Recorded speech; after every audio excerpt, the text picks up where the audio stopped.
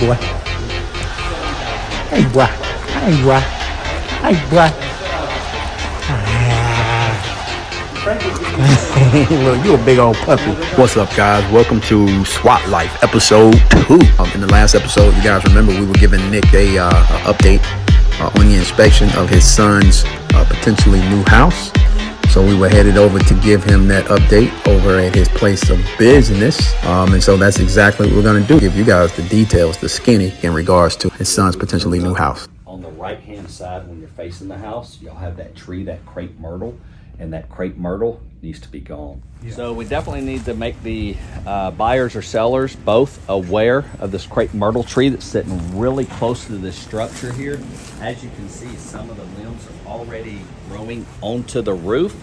And with that growing onto the roof like that, those trees move day and night. Even though the wind's not blowing, those tree limbs move.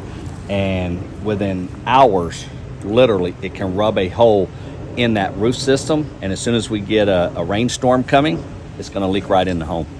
I told him the first thing you got to do is remove that tree. Yeah, get that tree out there, because it's what it's doing. You have gutter guards on top of those gutters, and those gutters look fairly new, but those gutter guards are creating all those little things that fall out of that crepe myrtle. They're building up, so as soon as it rains, it's going to get wet all around. I done a house for a client of ours. It was a repeat client. We did a house. She had a little patio in the front, and that patio in the front, she had lots of big trees, beautiful piece of property on like 1.5 acres in Keller, Texas. And she called me, she said, my front patio's leaking. I said, that roof's not but like 6 months old. There's no way that it's leaking, because we put ice and water shield barrier all around the edge trying to figure out where it was leaking. What had happened was those leaves were 1.5 feet high in the valleys, and it ran down to a flat surface. That debris was actually holding water, and it was 6 months old. We went out there, cleaned off all that debris. It wouldn't leak. We rinsed off the roof, blew it off, cleaned it up. We tried to make it leak. It wouldn't leak. A year later, she calls me back and said it's leaking again. Guess what was in the valleys? Debris. All that debris and leaves were piled up, and it was leaking again. You notice that debris piled up on the edge of that roof up here? That's leaves and debris from the trees. And most people don't know this. It looks like it's dry up there. We haven't had rain here in probably a month or so. But I can tell you right now, as soon as we remove that off of those shingles are going to be wet under that debris. So what happens is when it rains, it stays wet. It dries on the surface, but it stays really wet underneath, and it'll rot out all the decking underneath those shingles and make the shingles start buckling. What a lot of people don't know is what a good insulator leaves are. So people love to have shade over their homes because it saves on electric bills and it looks really nice. However, you have to make sure that that debris is always off your roof surface, because if not, with those leaves sitting in the valleys or around the gutters like that, what's going to happen is it's not going to dry out. And you can go 2 or 3 months without rain and remove that debris, and that roof surface will be soaking wet underneath. It's one of the best insulators there is. In old homes, built back in the 20s, 30s, really old homes like that, you can actually pull back some of the sheetrock, because we've done it, and the walls are full of leaves. That's what a good insulator, leaves and roof debris is. So they used to take the leaves, rake them up, and put them inside the walls because it would soundproof the walls, and it was such a good insulator for hot and cold. So now, think if you put insulation on the outside of your roof, what it would do. Get wet all around the edge, and it's going to end up rotting the decking on that house. So do you have a price estimate? Yeah, I wanted to see how business was first before I ask you. No, we hadn't got together a price. We went over there and done the inspection. Yeah, because I'm going to get him to try and get it from the seller. Yeah, that was my assumption. And then the last thing that's real important. So the roofing part, I mean, you're probably looking at a couple of grand or something. It's not a big deal. The flashing is the expensive part, because we got to cut into the brick. But you got to do that, because that'll actually leak in the house. The chimney has the old masonite wood on it. I don't know if you know what that is, but it's like a wet paper towel. Okay. And you couldn't seal it. Boise Cascade had a big civil lawsuit over, class action lawsuit, because it just rots when it gets wet.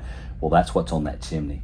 So the siding needs to be replaced, because it's painted, but all around the bottom it's all frayed and torn up. You can tell. So it's masonite. You need to redo the chimney. Then you wouldn't have noticed it until we flew our drone. The whole top of the chimney cap is all rusted out. And you put a picture in there, right? Yeah. There's a picture in the report. So it's completely orange. The whole thing is Yeah. red. So what we need to do now is get quotes for all of it, Okay. right? So I can give it to his realtor to take it off at closing, and then we can get all that work done. Okay, yeah, so we're probably looking at, if I was guessing, I don't know, we'll have to get Eric out on that chimney. Yeah. So the chimney is gonna be the big expense, so let me find out what that costs. Because the chimney cap and all that's a specialty item, it has to be custom made. Okay. So let's figure out what that is. Those are things that definitely, whether you get money out of the deal or whatever, that's stuff that's gonna have to be done. Right. I wouldn't move into the house until that was done. Okay. So, but as far as the roof surface itself, it's okay. Okay. Not a big deal. Yeah, it's an old roof though, isn't it? Yeah, it's an old roof, yeah. Yeah. So, and if it was your home today, I'd say let's file a claim and let's get moving on it. But because y'all were trying to buy, I would try to negotiate a deal to get these items taken care of, get them fixed, and then that's what I would do. Okay. So, Yeah, normally most of the insurance companies now though anyway, that if your roof's over a certain age, they're not going to cover it anyway, or they're going to prorate it. yeah, it's 12 years. So that's why I've been doing a lot of videos and stuff on that, is you need to inspect your roof at least once a year, because you need to make sure you get insurance to replace it before you hit 12 years, because I just had several clients go through that. They called farmers, their roofs were 14, 15 years old, and all the roofs in the neighborhood we were doing were $35,000, $40,000 roofs. They got 4K.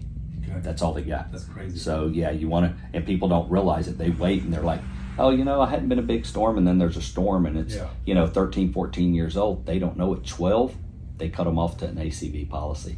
No. So that's why we tell everybody, make sure you have it inspected once a year. That way, we kind of know the timetable, and we can say, hey, let's have insurance come out here and check it before you run out of time. Cool. Our special guest. Hey. What's up, Mr. Nigga Live? How's You it doing, going, man? bro? Good, man. How you doing? Good. Hanging out with Andrew Dumas over here from SWAT. Enjoying the view. Look at this view, guys. Hey, boy.